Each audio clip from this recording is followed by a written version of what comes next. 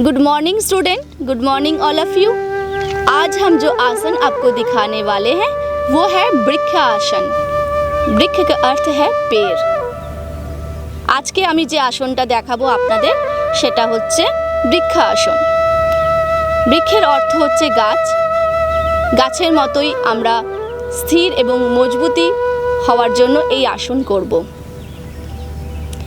तो इस आसन में हमारी शरीर की स्थिति स्थिर और मजबूती बनते हैं। तो आइए अभी हम वृक्ष आसन कैसे करेंगे वो दिखाते हैं। खड़े होना है, ठीक है? खड़े हो गए।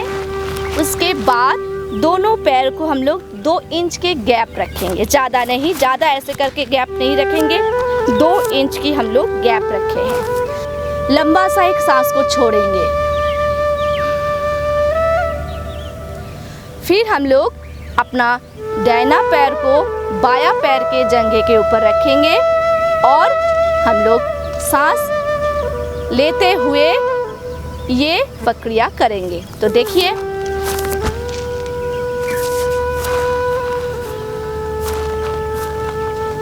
और अभी हम लोग दोनों हाथ को फैलाते हुए नमस्कार मुद्रा में सर के ऊपर हम लेके जाएंगे दोनों हाथ को। देखिए, नॉर्मली सांस को हम लोग लेंगे।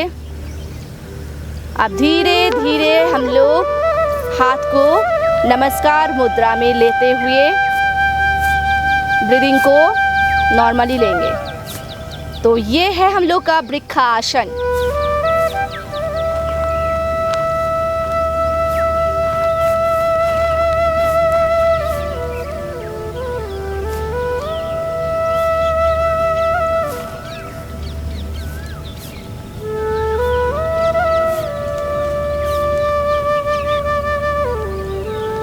अभी हम लोग जैसे दायां पैर को किए, अभी हम लोग बायां पैर को भी उसी हिसाब से करेंगे।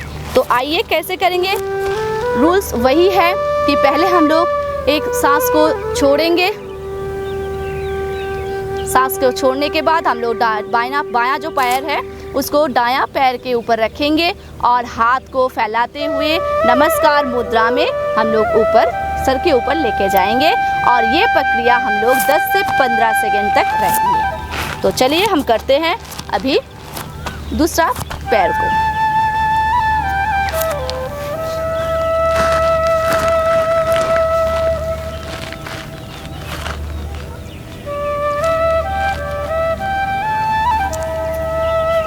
सांस को ले लिए, हाथ जोड़े, अभी नॉर्मली सांस लीजिए।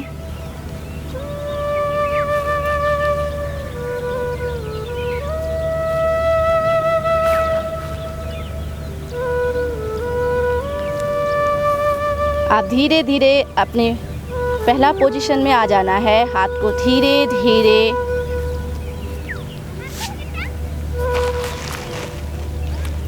ये तो हम लोग का वृक्ष आसन।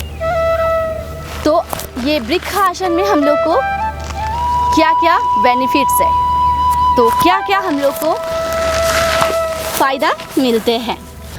वृक्ष आसन करने से हम लोग का ब्रेन का रक्त संचालन बहुत अच्छे से होते हैं, ब्रेन पावर बहुत स्ट्रॉन्ग होते हैं, मन की स्थिरता आती है और हम लोग का जो मसल है, पैरों का जो मसल है वो बहुत ही मजबूत बनते हैं। अभी हम लोग ये तो बेनिफिट्स जान लिए, अभी हम लोग का लिमिटेशन भी जानना है। ये आसन कौन कौन नहीं कर सकता है। जिस किसी का भी आर्थराइटिस का प्रॉब्लम हो या घुटने में बहुत ही दर्द हो और किसी का अगर चक्कर आता है तो वो ये आसन मत कीजिए। तो ये हो गया हम लोग का वृक्ष आसन। ये हम लोग अगर रेगुलर हम लोग प्रैक्टिस करेंगे तो हम लोग का जो लेग का जो मसल है बहुत ही स्ट्रॉन्ग होगा और हम लोग का जो बैलेंस है बॉडी का वो भी हम लोग बनाए रख सकते हैं। तो आज के लिए ये है हम लोग का वृक्ष आसन। अभी हम दूसरा जो आसन दिखाएंगे वो है हला आसन। अभी हला आसन हम लोग कैसे करेंगे और हला आसन का बेनिफिट्स क्या है, लिमिटेशन क्या है, वो जानेंगे। अभी हम जो दूसरा आसन दिखाने जा रहे हैं उसका नाम है हला आसन। ये हला आसन जब हम करेंगे उससे पहले हम लोग का पूर्व हला आसन करना ज़रूरी है, क्योंकि अगर पूर्व हला आसन नहीं करेंगे तो हम लोग का जो हला आसन है वो एक्यूरेट नहीं होगा। तो इसीलिए हम लोग पूर्व हला आसन पहले करेंगे। तो पूर्व हला आसन कैसे करेंगे? जो बिगिनर है उसको हम बोलेंगे कि पहले पूर्व आसन करो, पूर्व हला आसन करो, उसके बाद ही हला आसन करो। तो देखिए कि पूर्व हला आसन हम कैसे करते हैं। पहले हम लोग पूर्व हला आसन कैसे करेंगे? दोनों पैरों को ज़मीन के ऊपर पूरा सीधा कर दिए, अपना जो नी है वो टच होके रहेगा ज़मीन पे। उसके बाद आपको सो जाना है। लंबा सा एक सांस लीजिए और उसके बाद आप पीछे सो जाइए। सो जाने के बाद आपको दोनों लेग को ऊपर उठाना है, दोनों पैरों को ऊपर उठा के उसके बाद ब्रीदिंग नॉर्मल रहेगा। उसके बाद दोनों पैरों को फैलाना है, फिर जॉइंट करना है, फिर फैलाना है। ऐसे हम लोग 3 से 4 बार करेंगे। ये प्रक्रिया 3 से 4 बार करेंगे। उसके बाद फिर पैरों को नीचे रखेंगे, फिर सीधा होके सो जाएंगे। तो ये हम लोग 3 टाइम्स करेंगे। ओके, तो हम कैसे करते हैं आप देखिए। दोनों पैरों को सीधा किए, उसके बाद हम लोग को लंबा सा सांस खींचे और सांस को छोड़ते हुए एकदम सीधा होके सो जाए। अभी इसके बाद दोनों हाथ को हिप्स के साइड में रखेंगे और धीरे धीरे दोनों लेग को उठाएंगे।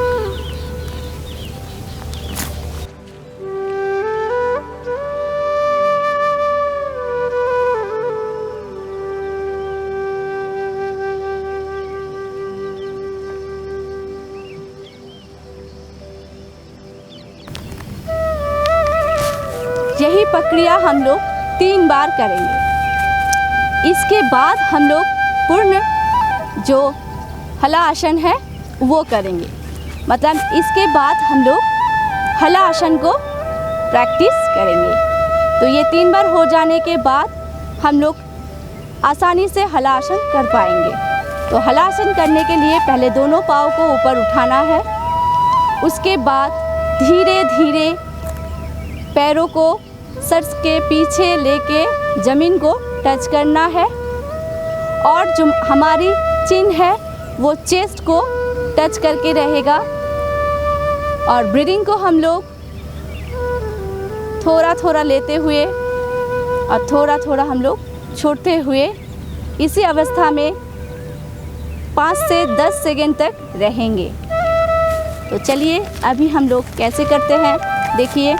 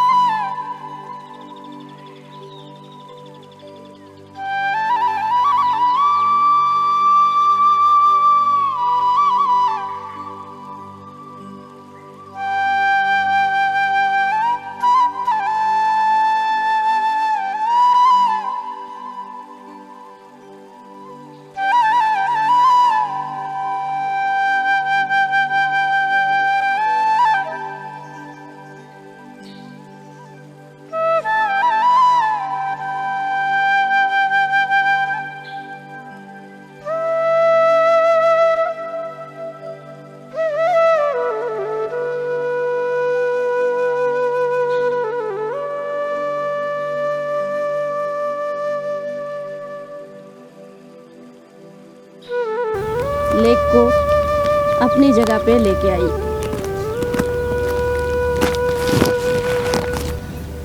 अभी जो हम लोग किए वो है हला आसन।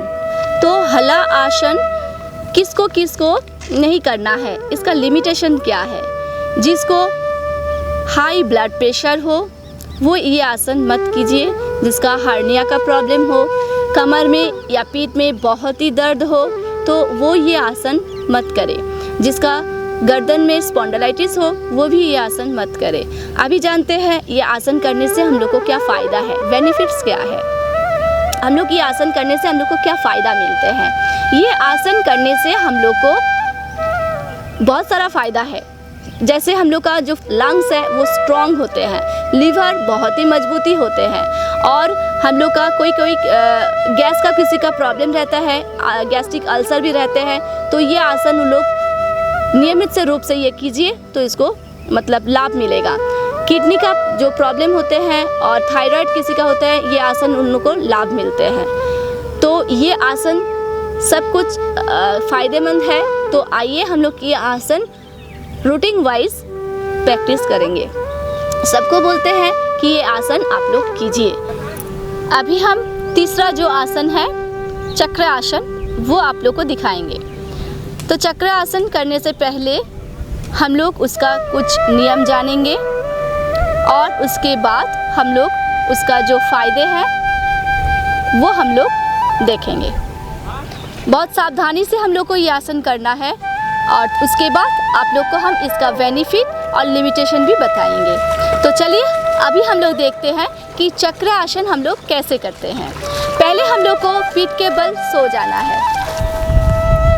उसके बाद लंबा सा 2-3 हम लोग को सांस छोड़ना है, लेना है।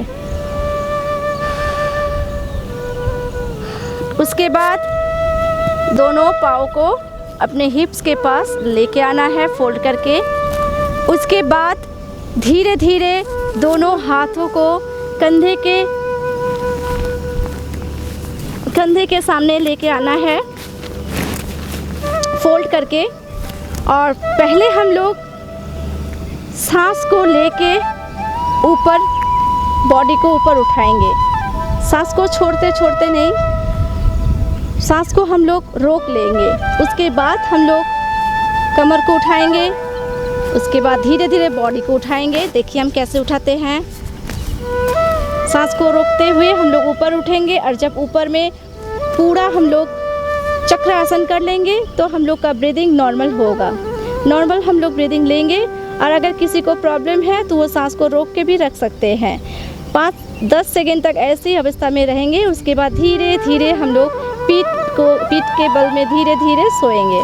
तो चलिए हम लोग देखते हैं चक्रासन कैसे करते हैं। अभी हम लोग धीरे धीरे सांस को रोकते हुए ऊपर उठेंगे।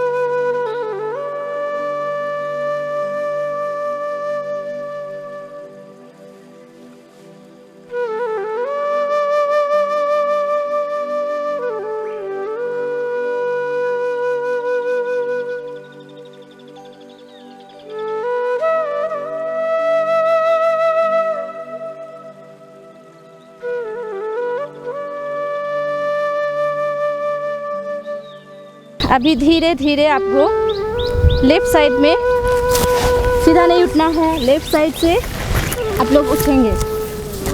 तो अभी हम लोग देखिए चक्रासन कैसे करते हैं। अभी इसका हम बेनिफिट्स आपको बताएंगे। चक्रासन का बेनिफिट्स तो बहुत ही है। चक्रासन में हम लोग का जो लंग्स है वो बहुत ही अच्छे से काम करते हैं। हम लोग का रक्त संचालन बहुत अच्छे होते हैं। ब्रेन का जो रक्त संचालन है वो भी अच्छे होते हैं। हम लोग का हाथ का और पैरों का जो मसल है वो बहुत स्ट्रॉन्ग होते हैं। पाचन क्रिया बहुत मजबूती होते हैं। किडनी भी बहुत अच्छे होते हैं। और सबसे बड़ा बात है ये आसन में हम लोग का जो एक सुदृढ़ शरीर है वो हम लोग को मिलते हैं। इससे हम लोग का स्किन भी बहुत अच्छे होते हैं और स्किन का ग्लेज भी बहुत बढ़ते हैं। और जिसका पेट सबसे ज़्यादा बाहर निकल के आया है, अगर ये आप लोग प्रैक्टिस करेंगे तो उसको बहुत ही फ़ायदे मिलेंगे। तो अभी हम लोग जान लें इसका बेनिफिट। अभी हम जानेंगे ये आसन किसको किसको नहीं करना चाहिए। जिसका थायराइड का प्रॉब्लम है वो ये आसन मत कीजिए। जिसका कमर में या घुटने में बहुत दर्द है, जिसका नी का ऑपरेशन हुआ है, वो भी ये आसन मत कीजिए। ये आसन ज़बरदस्ती से नहीं करना है। जिसको जितना आते हैं वो उतना ही करेंगे। तो ये आसन आप बहुत सावधानी से करेंगे और नियम की अनुशासन से करेंगे। 3 आसन आपको दिखाए, वृक्षासन, हला आसन और चक्रासन, और इसका बेनिफिट्स एंड लिमिटेशन भी आप लोग को बताएं। तो आज से आप लोग ये आसन ज़रूर प्रैक्टिस कीजिए अनुशासन के साथ। आज के लिए इतना ही। नमस्कार।